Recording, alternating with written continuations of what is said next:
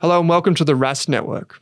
What you're about to hear and see is limited to general financial information only. Please be sure to speak to your financial planner or refer to our financial services guide available at rask.com.au/FSG before acting on the information.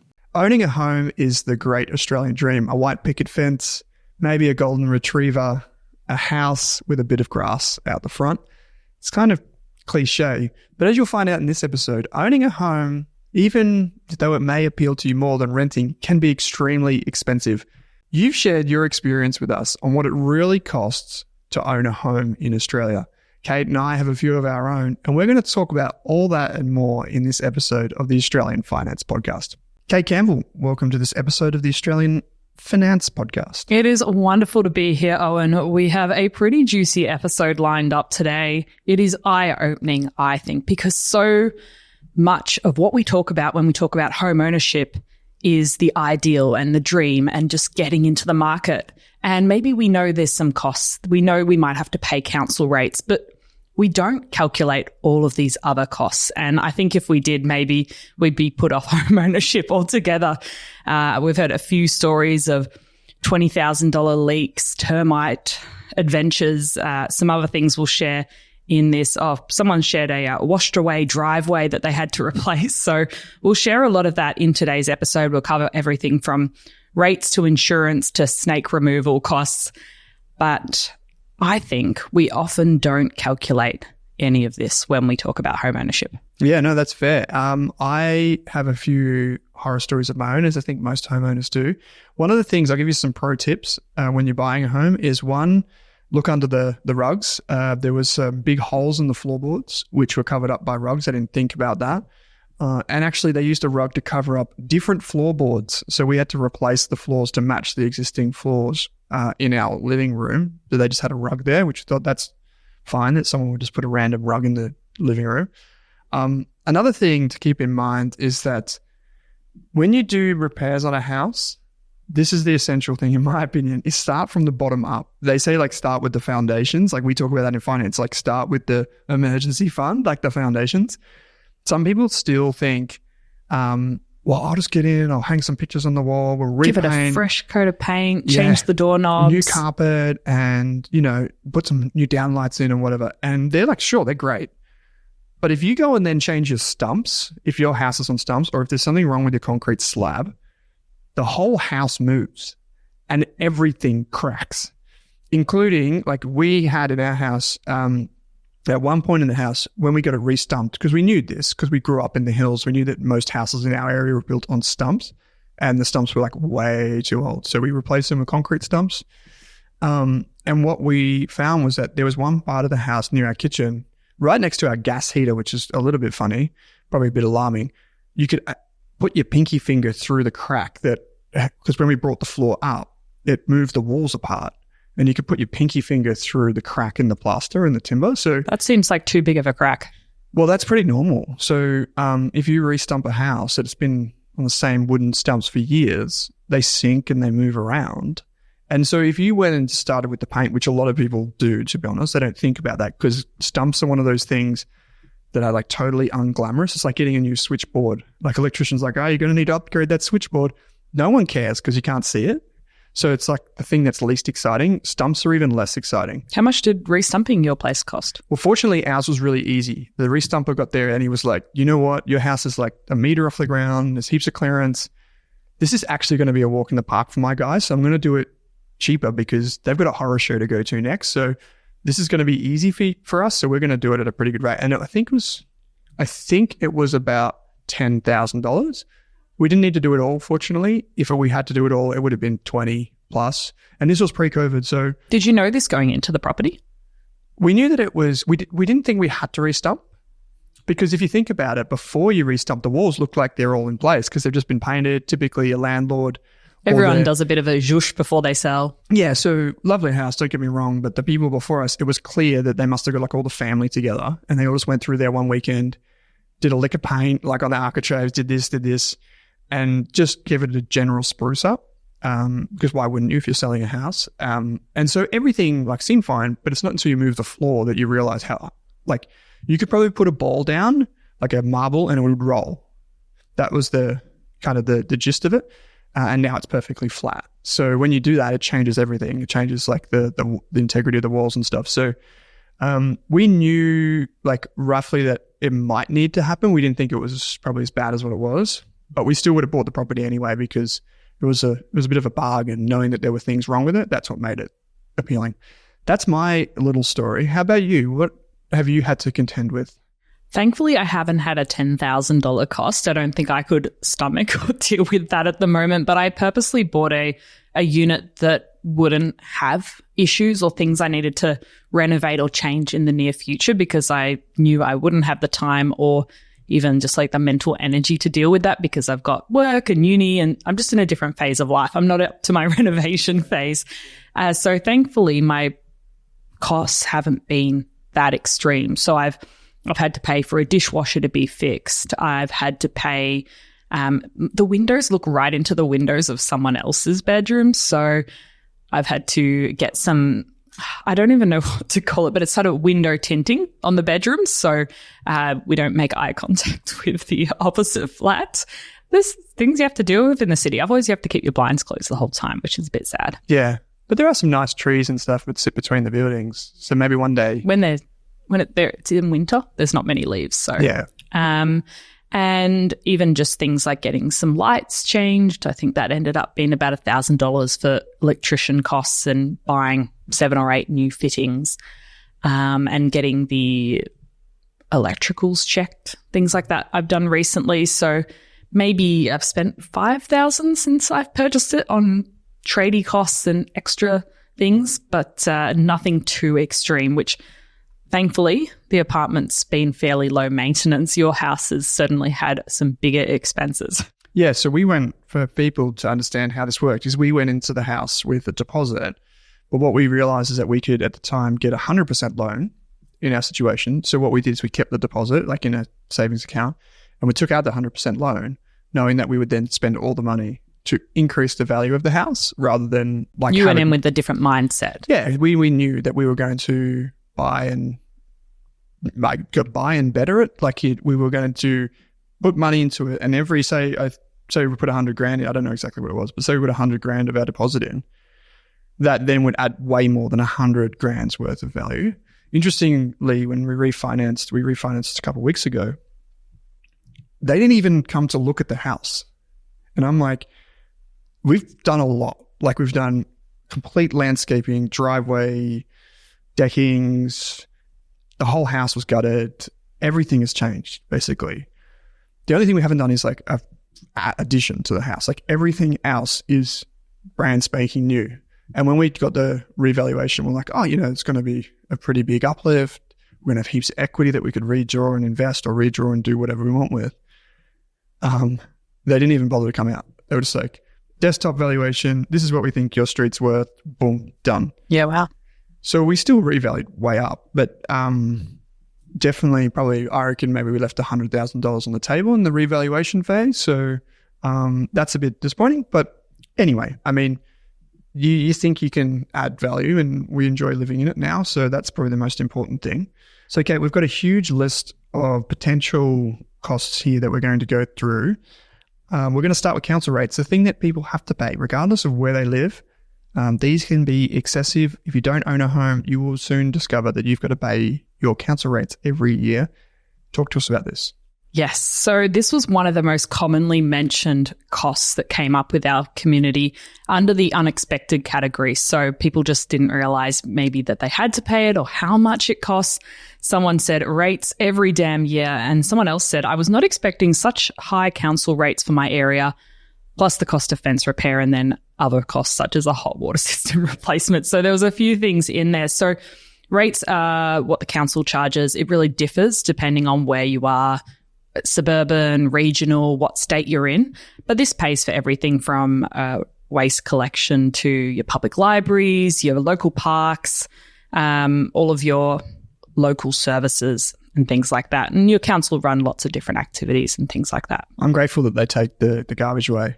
I think that's like, people say like there are some great things in our country, but I think the fact that we have waste removal, just think about that for a moment, what you would do with all that stuff. Imagine if it was opt-in, like it would just there would be rubbish everywhere. It would be horrible. So we've seen some examples of rates here, Kate, from inner city Melbourne, $1,500. Yeah, this was mine. So I pay $1,500 a year for my council rates, and that's a flat.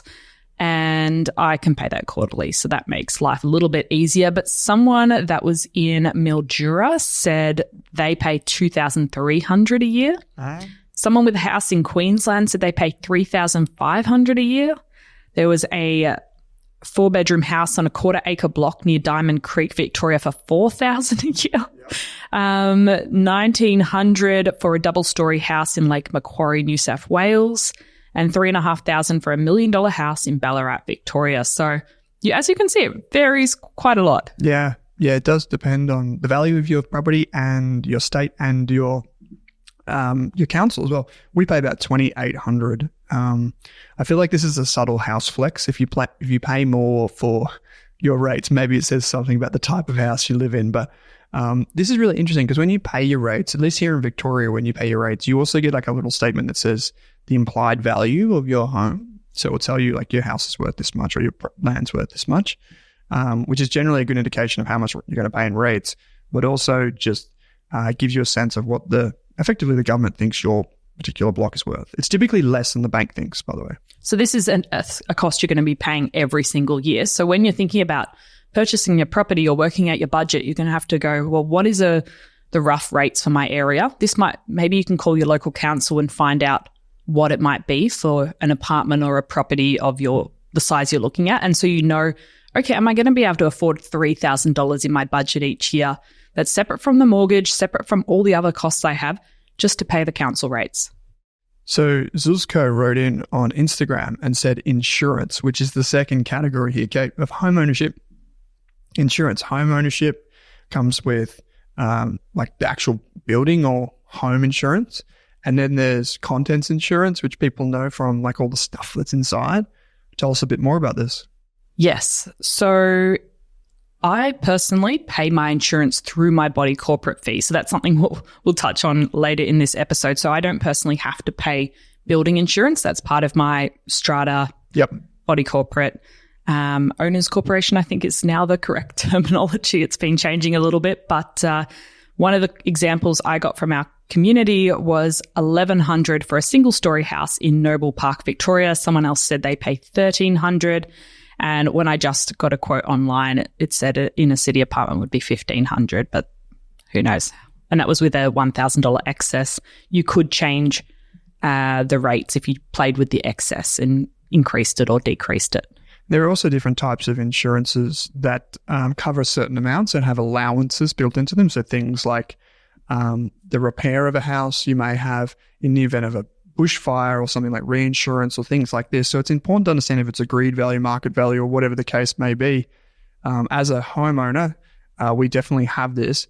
And we're not within distance, let's say, for like fire distance of a park, but the closer we were to that, the more the insurance would go up for the home insurance. And it also depends on the type of building you have.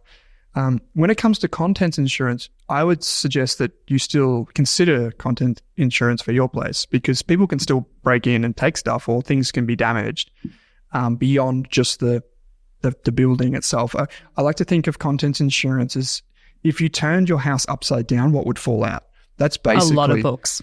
A lot of books, yeah. Well, and the best way to make sure that the insurer actually understands the true value, because you can't just be like, yeah, I've got $1 million worth of books and not actually have $1 million worth of books. Like you want to actually be able to justify it. Otherwise, take photos. You could do a walk around video, just anything to document what you have and just make sure it's reasonable. Which if you've got lots of electronics or music instruments, that's something that you want to have serial numbers and all of that documented for. Yeah, and there's typically a few rules around this that people should be aware of. Is typically a contents policy doesn't always cover home office expenses because technically it's a business, it's business equipment. It's not for your like personal use. Another thing is they don't always cover things like fridges and white goods. So you've got to make sure about that. Another thing that I would encourage anyone that has a lovely ring sitting on their finger is consider getting a quote through your contents insurance for your engagement ring or something like that, as well as one of the standalone ones like the individual diamond insurers. Or if you have a expensive painting or... Yeah, anything that's like jewelry, like that. I think with the engagement ring one in particular, just be aware that sometimes with the contents policies, if you bundle it in, you might save a little bit of money, but just be really aware about the T's and C's. For example, typically they'll only insure up to a certain amount for the value of that ring. And they'll typically say things like it's only insured in Australia. So if you travel, lose it, done. If you lose it outside of the house, if it's a laptop or something like that, no, not covered. It's only if it's inside the house at the time that it was lost. So have a look at the T's and C's before you go into that. Yeah, so I got a quote of what contents insurance would cost for me in inner city Melbourne, and that was around $300 a year with $20,000 of contents cover and or $1,000 excess. When I raised that excess to $5,000, it dropped it to $175. But it really depends how much you think your contents are worth. Someone in our community said they combine home and contents insurance with the same provider, and they said it was roughly $6,000 for home and contents for a $2 million property with itemized insurables of $40,000. And this was in Sydney. And someone in Brisbane said, who has half of their suburb underwater in 22 floods, said they pay $1,700 a year for a 2-bedroom cottage for home and contents. Yeah, so obviously there's two big things, bushfire risk and floods. And people that are in Brisbane in particular know all about the floods. But it's just really important that people are mindful of whether or not you're actually covered. The definitions in the PDS, the product disclosure statement, are what the experts go on. And so you've got to make sure that there was some issues, obviously, with some pretty horrific floods not too long ago, where people had insurance, they got a payout, and then they could never get insurance again. And that's why you typically find in areas, particularly in that part of Queensland, but also around the country, if you're in an area and you think, oh, this is a bit of a low-lying area, you'll find that houses in that particular street or that one particular house or that entire suburb are significantly cheaper for the same house as you would get across the road up on the hill. The key thing is that it's a flood area. And that also then comes with different overlays. So when you inspect a property in Victoria, you ask for something called a Section 32, which is basically a statement of information, and you can get those in other states as well. If you need more information on that, refer to our Australian Property Podcast. But basically what it means, Kate, is that these particular homes are more vulnerable to those natural events, which means, one, you can't always get insurance, so you take the risk. And two, you may not be able to do the renovation that you want to do or put the garage on because it's a flood area, the council won't approve it. So just be mindful of those things before you think about buying a house. Yeah. So I just wrote a few ways to save on insurance if you can, and often people can't because they're in one of those areas you mentioned. You can increase your excess to reduce the premium. So if you are in a position where you could pay a $5,000 excess, then that's something you could consider. Some insurers will reduce your premium if you have home security installed. That's what came up a little bit. Shop around regularly, so don't let the loyalty tax hit you. Take advantage of multi-policy discounts, and that's relevant if you have more than one property. And consider how much in contents cover you really need. Yeah, I like it. So with the home security, that's interesting. It could be cameras or whatever, but it can also just be locks on windows. You know how you can get some windows that have the winders? Well, if you've got locks on those, those window winders, just a really random thing. If you have one of those houses and you go to buy a window winder, you'll pay double for the one that has a key on it. And that's just one of these reasons here. Deadlocks, these types of things all make a house safer. There are so many ways to do that. Interestingly, when we lived in an apartment, Kate, to get into our apartment, you would have to swipe two different doors. You could only get up in the elevator if you swipe the card, and you could only go to your level or like the common area level. And then to get in the house, you obviously have to use a key. So for me, at the time that we were renting that apartment, I was like, there's no way I'm going to get contents insurance. Why would I get contents insurance? If someone can break in here, like, good for them. They can have whatever's in here because that is, I'm so proud of you. You can take it. But the reality is, like, most people should consider if self-insurance is a thing. Like, as you get older, for example, let's say you're a retiree, you've got your home paid off, you've got a couple $100,000 of cash in the bank, you're ready for retirement. If you've only got $100,000 worth of contents, maybe you don't need contents insurance because you can just self-insure and you can save the money. And I think that's one of the areas where people can save too, is just consider, do I actually need this insurance? If so, how much do I actually need to make my life viable? Yeah. Or you could just insure privately 1 or 2 items. Yeah. Some companies will let you just insure my laptop. Yeah, or the back to the engagement rings. Typically, the specialty insurers, the ones that just do diamond rings, it might cost a little bit more, but it is actually way better cover. So you could, for example, if you're on holiday, you can make a claim. Do you insure this ring you're pointing at? Not this one. Obviously, the engagement ring is worth a lot more. So we do. That's one of the most expensive things we own. So that is definitely insured. Shared property, is it? Yeah. That one's in the will. Don't worry about that. But that's the reality. Is you can just get specialty things for different things in your life. Self-insurance is a really big thing. And final thing on this, just because an insurance exists doesn't mean you need it. Like a lot of people are like, oh gosh, I need that insurance because, I heard this story about, that's exactly what the insurer wants you to think. Like the reality is you don't need insurances for everything in your life. Take some level of risk. That is perfectly reasonable. Yeah. The next one is owner's corporation. I no longer have, thankfully, any experience with this. Tell us, owner's corporation, costs involved. What do the community say?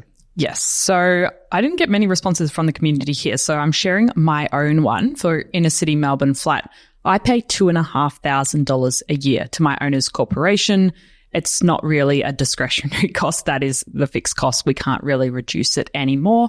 So in total, the owner's corporation has about $20,000 it collects in fees from the residents for my block a year. And they use that to pay for cleaning. So they clean the common stairwell of the building, the outside of the building. They pay for gardeners with that money. So the lawns getting mowed and the trees and the bushes that are surrounding the property, keeping them. Someone's got to pay for it.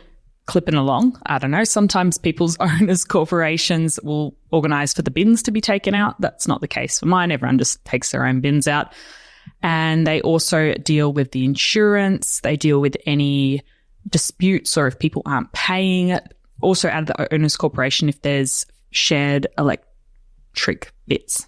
Yeah. I don't know why I'm saying electric bits. Shared lighting and things like that. And the fire alarms and the fire extinguisher, anything in the shared common area, that's paid for by the owner's corporation. So we also have to pay for their fee to manage the whole thing. So I'm now on the owner's corporation committee, so that's fun. Oh, fun. There's not that many people on it, so it does mean a little bit of work, but at least you know what's going on. You know where the money's going.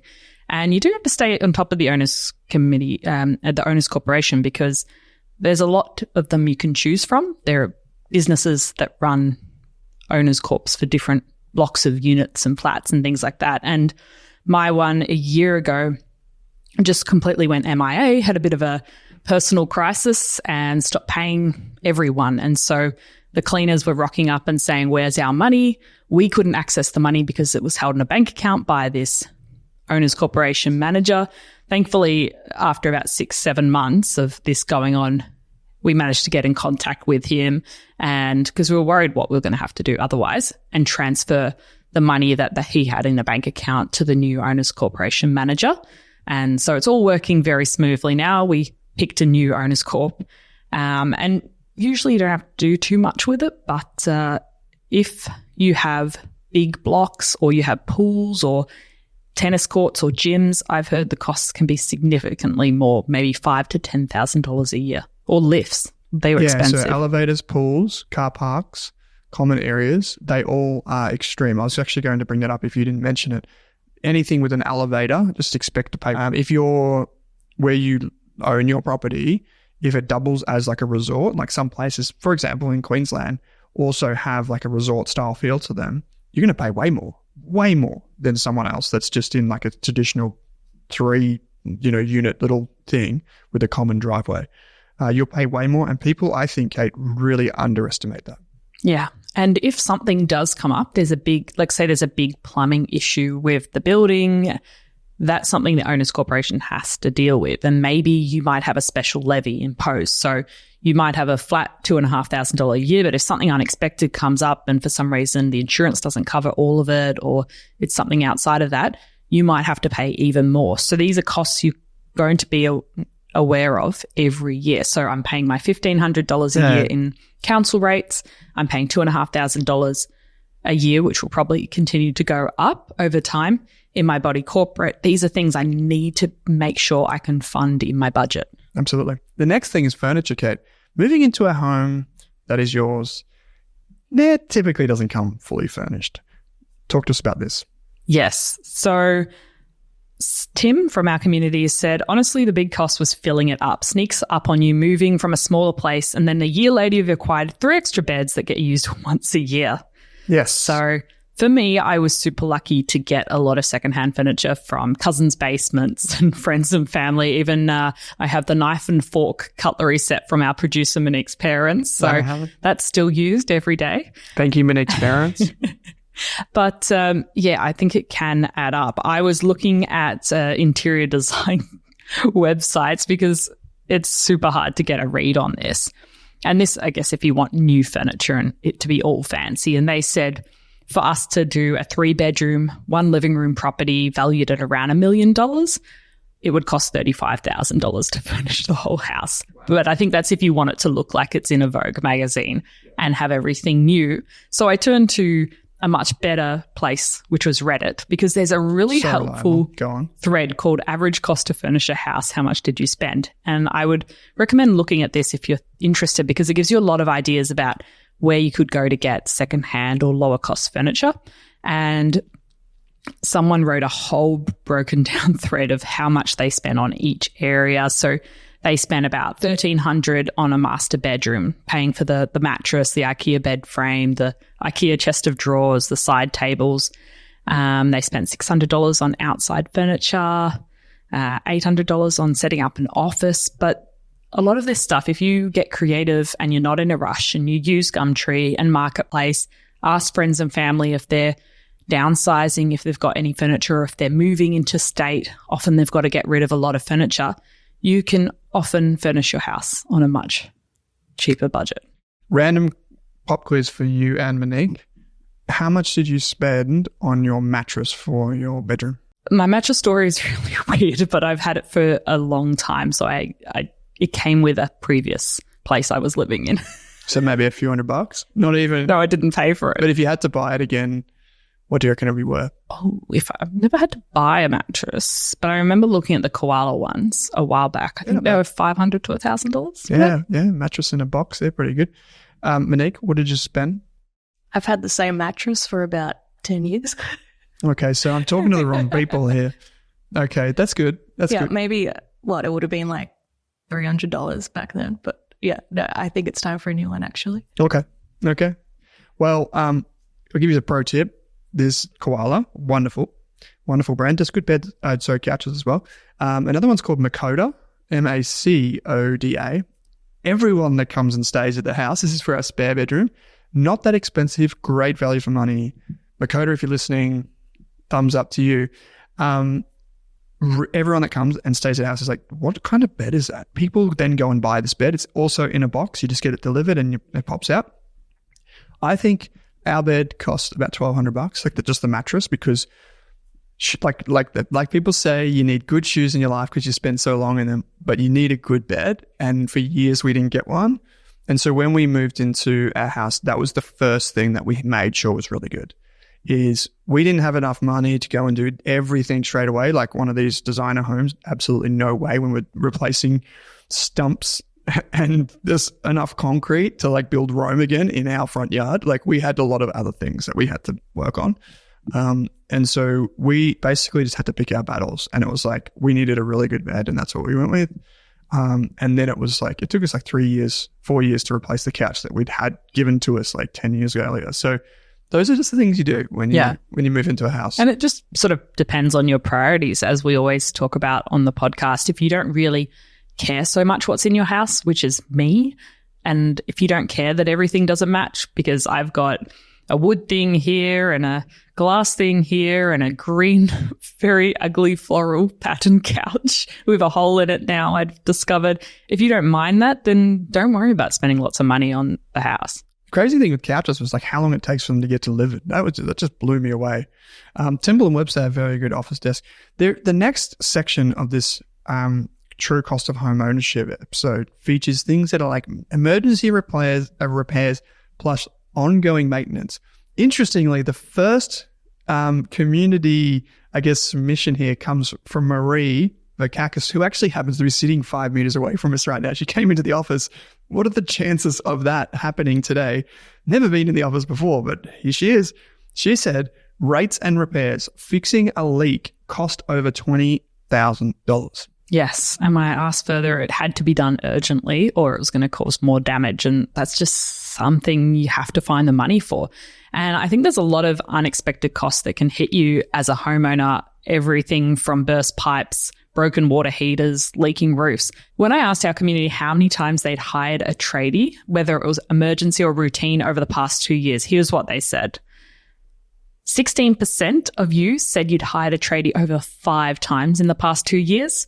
44% said 2 to 4 times. 16% only once. And a lucky 24% hadn't had to call a tradie at all. That's about roughly speaking, that's about how many tradies there are in the country. So perhaps they don't need to hire anyone. They just do it all themselves. But that's very good. That's very lucky, I would say. Yes. And when I asked everyone what they'd hired this tradie for, there was someone needed a new fence for $3,000. Plastering a bedroom for $1,300, electrical upgrades, downlights, fans, switches, ducted heating, I assume.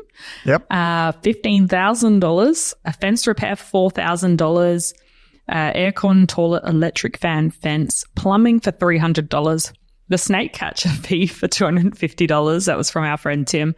Plumber, $800 a day plus materials, electrician, $200 plus $150 an hour. And someone said a pool, which was $100,000 too much. Wow.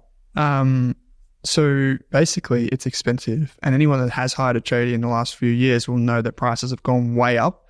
And also the tradies will tell you that the materials have gone through the roof. You might remember, Kate, like 2 years ago, like just following COVID, we had this, everyone was worried about like hyperinflation and stagflation, remember all that sort of crap. Well, that's because we couldn't get stuff into the country. So things like the light switches or whatever the case may be, like a plug that was needed or a drill, like things were just expensive. So everything went way up. Like I told you before recording that we bought decking boards, Merbu decking. Anyone that's gone to buy the red timber that sits on a decking knows that that is extremely expensive timber.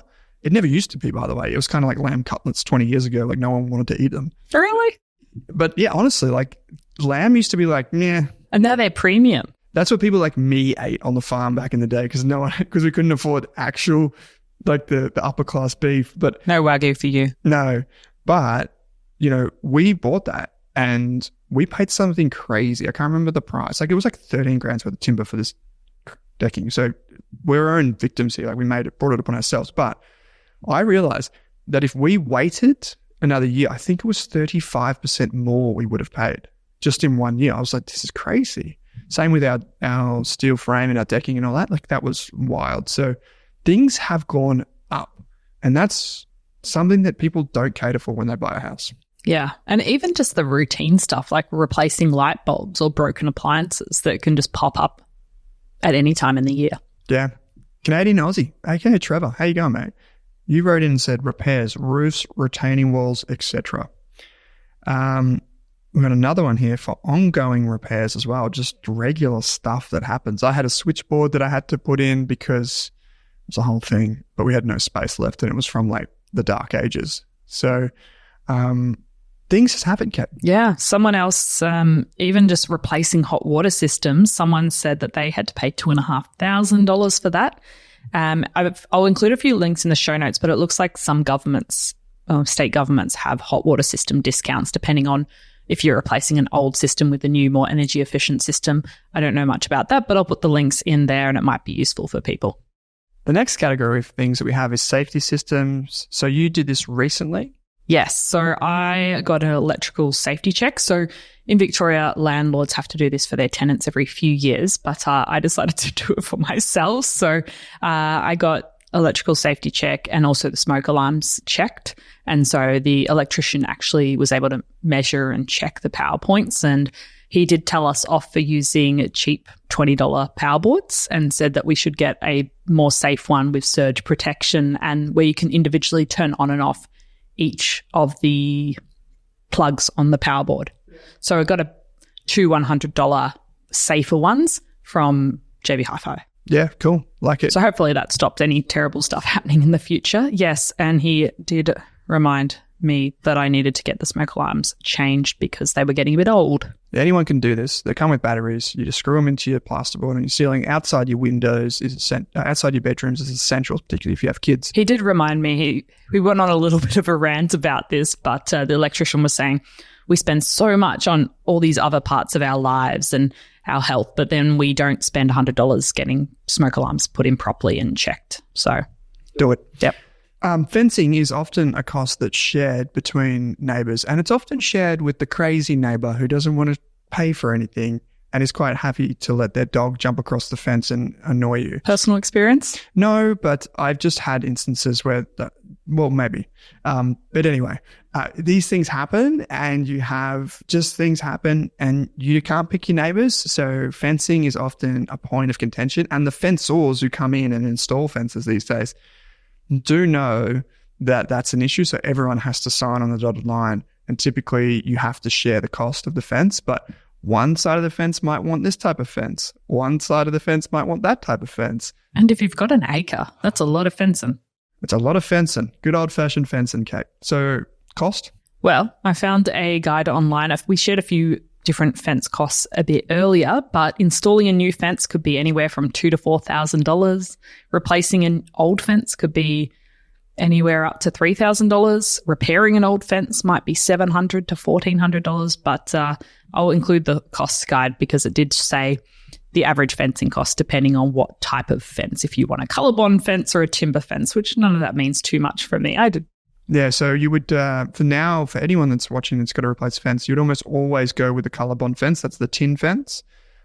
Because of the price of materials these days, don't be fooled, they're basically the same price. So you might have a fencer who specializes in timber and not metal, but if you get a ColourBond fence, it will last way longer and you can choose your color. That's a point of contention with most neighbors, so keep that in mind. But the reality is that they're very similar in cost. I think we paid about $80 per meter for our ColourBond fence, but everyone was kind of happy with that. And pro tip, don't go with like a bright color of ColourBond.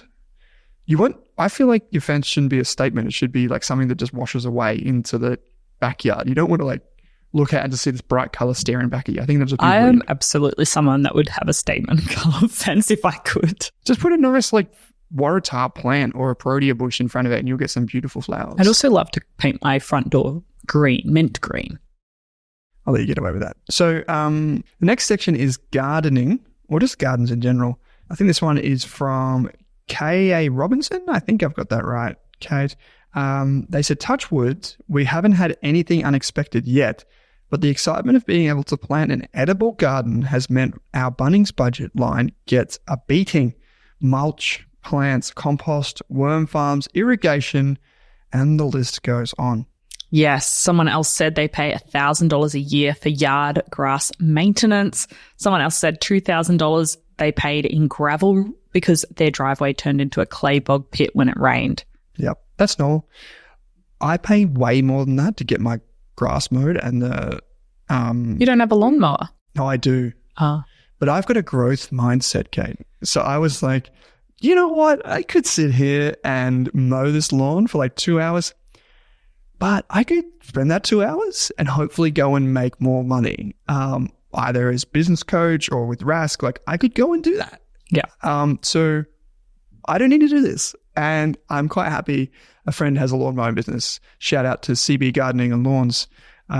He does it for me. And he is a good excuse for us during work hours to give each other a crisp high five and say, how you going? And then he goes on his way. So how often do you get your lawn mowed? It's about every 6 weeks. Oh, okay. Yeah. How much is that? It's pretty expensive for me because it does he does like the gardening and stuff as well. So it's about $200. Okay. But including more than just lawn mowing. More than just lawn mowing. Like because we've got like weeds and spray and stuff like that needs to happen as well. So it's everything. Yeah. I found a website online, an Australian company called MowBuddy. It looks a little bit like Airtasker for lawns, but they said it's $33 per week on average for a large lawn. So that I would probably say, yeah, because if they go per week, depending on what state you're in, like obviously different parts of Queensland, more tropical, it's going to grow quickly. But it's said every 4 to 5 weeks during slow growth period, May to September. Yeah, so what if they've gone per week, $33 a week for a large lawn, that would make sense because you'd only get a cut maybe every 3 weeks. But it's one of those things that you need to factor in. It's beautiful having a good lawn, and you can buy the right grass seeds, go to Bunnings, get some free advice from someone who knows what they're talking about, and find the lawn that you want because you'll be able to have a better looking lawn all throughout the year. I know that those are like some of the most popular TikTok videos is mowing lawns and just people admiring lawns. It's a whole thing, but go and check that out because like we replanted, we got some topsoil, laid it over the top of our old grass, and then put the actual seeds in that we wanted, and it's come up way better. Yeah. Yeah. Anyway, we've got a couple more, which is this one is about pests, Kate. I did share a story not too long ago about a friend of mine who bought a house that was infested with termites. So long story short, they found the worst part of it basically, and they pulled the plaster off. So they had to do all that. Then they got a chippy in who was just interested in doing like weekend work and just working for himself. He pulled out all the timber studs out of the wall and replaced all of them. And there is a kind of like a good outcome from this one because what they then did is they built a loft. So they're in like a split level home. They were able to be like, hey, we could build a loft up there while he's here. We'll put this structure in and that thing. And they built this cool loft. So now it's a single room that has like an office space down below, but then there's like a bed up the top. So it's an office and a bedroom. A lot of people have to compromise, but they were like, let's turn this negative into a positive. But this was tens of thousands of dollars of No, it wasn't. termite damage. Oh, no, it probably would have been, but this guy was like just happy to do weekend work to fill in around his main job. So it actually worked out to be super valuable for them, and they definitely got way more value out of it than they would have otherwise. So they definitely turned a negative into a positive. But termites are a huge, huge problem. Please get a building and pest inspection. Please, please, please. I know it's a pain in the backside. Can you get a separate termite inspection? Yes, a building and pest have to come together. Yeah. And they look for the termites too. Yeah, it's often not like a forensic look at termites. The key point to understand is even though you get inspected, they're not necessarily liable. It's more just like a common sense look at things like checking walls and that sort of stuff. Like one of the really simple things you can do is with termites is just look around and particularly under a house, see if there's any kind of damp area. There's typically 3 things that termites need. They need some sort of food. So like it might be like sticks or timber or things like that on the ground. They need it to be dark and cool. So like out of the sun. And the third thing they need is damp. They kind of are attracted to these 3 things in combination. So if you have timber next to your house, it's often wet and it's out of the sunlight, you are going to find that you will have termites come to your house eventually. So get that stuff away from your house. The first thing I did when we moved in was I went under there and checked everything when we bought it. But first thing I did, if there was old bits of timber and scraps and stuff, when I inspected the house, I went under and I picked up the bits of timber and I looked at it and I was like, is this brittle? Does it have, like it's been eaten? So to see if they were actually under there. It was really dry, fortunately, but I took that straight away. Yeah. So that would be something to keep in mind. Get a building and pest. In some states, also check with your conveyancer or your solicitor.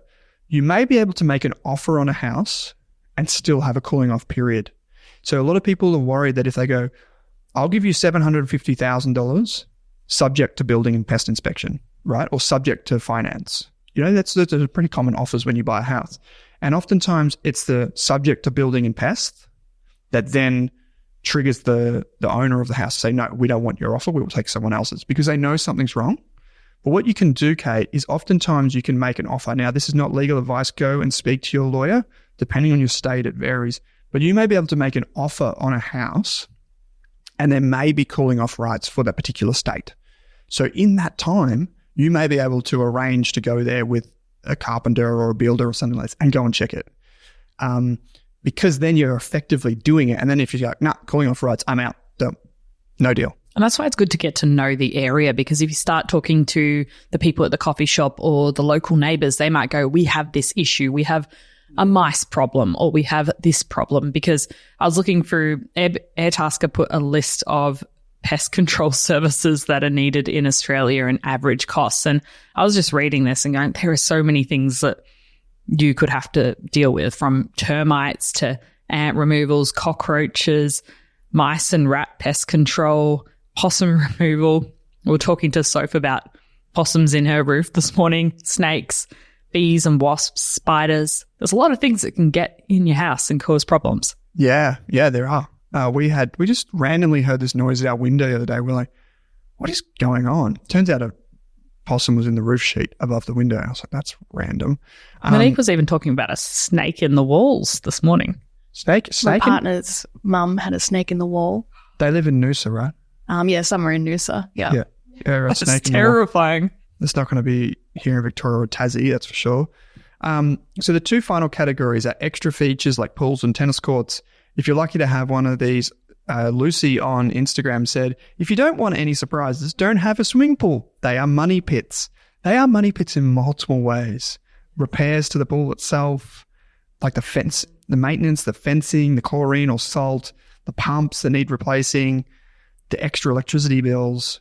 They're wild. Yeah. I mean, I was looking at Jim's pool care, and he was saying on his website, I'm sure Jim wrote this himself because he's just a regular guy, said around $77 to $120 per service, plus chemicals on top of this. And that's every 4 weeks and maybe every 2 weeks during summer.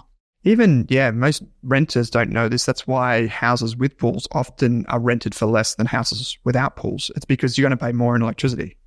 So that's something to keep in mind too. The final category is the one that everyone just knows about, which is the time suck. Owning a house takes a lot of your life. Yeah, from dealing with choosing a new body corporate manager, which was many hours of research and meeting with different people, to dealing with neighbours. Thankfully, I don't have any irritating neighbours. My neighbours are all very quiet or very lovely. And even if you have to make an insurance claim, that can often take a long time. So even if it's not a monetary cost, it could be a time suck. And I think to bring everything we've talked about together, we just want you to think about, if you are thinking about home ownership or your homeowner, does your budget reflect? You can't prepare for everything, like a $20,000 urgent leak expense. You might not have that cash sitting around, but maybe you need to have a little bit more money put aside for house costs. If you do think, well, I might need 1 or 2 tradies a year, 1 or 2 things might go wrong, putting that money aside and thinking about the whole picture rather than just everyone saying, you need to buy a house, you need to buy a house, and just only thinking about the cost of buying a property and the stamp duty and all of that. Think about, well, what are my council rates, tradies? What are the problems in the area? If I'm buying a property, there could be a lot more to deal with than an apartment. Finally, I had a friend recently who had a hose blow in their wall, water pipe blow in their wall recently. And they were going to bed and they heard this noise. It's like a noise. They're like, oh, we just got the new split system. It must just be the sound of the aircon, right? And they went to bed and they woke up and the whole house was like under like ankle deep of water, like literally the whole thing. And they just renovated it over the past 2 years. And interestingly, they are insured with RACV, so RACV, RACQ, NRMA equivalent, whatever. And they were like, yep, that's a claim. The assessors came out, yep, no worries, we're going to put you up in an Airbnb, we're going to put you up here, we're going to replace everything. And they said the experience has been amazing. But they still have to go through. They have to move the kids out. They got 3 kids. Just like the fact that you've done a renovation over 2 years and now you've got to go through it all again. They were like, we could just take the cash and then do it ourselves, but they're like, we're not going through that again. Interestingly, they got a really good Airbnb that RSCV put them up in. And they're like, we don't ever want to leave. It's so much nicer than our house. We're just going to stay here forever. That's the reality of home ownership. Things happen. I mean, we haven't even talked about the costs of if you are renovating and you have to move out. Yeah, there's that. And then there's the elephant in the room right now. Cost of housing, cost of living. One of the biggest things is the cost of paying your mortgage. It's gone up in the last 5 years, like massively. So much to be said for people that do want a simpler life of renting, or if they do own a property, yeah, they might not get the financial upside of owning a home, but maybe they want an apartment, or maybe they want like a really small townhouse that just suits their needs. And that's cool. That's totally fine. You obviously have the valuation uplift of a property that's a house going up over time, but you will have security, you'll have all the features, and you'll have much lower maintenance costs as a result. So We would still love to hear about your costs of home ownership. So if you made it this far through the podcast and you haven't shared maybe your horror story, a problem shared is a problem halved.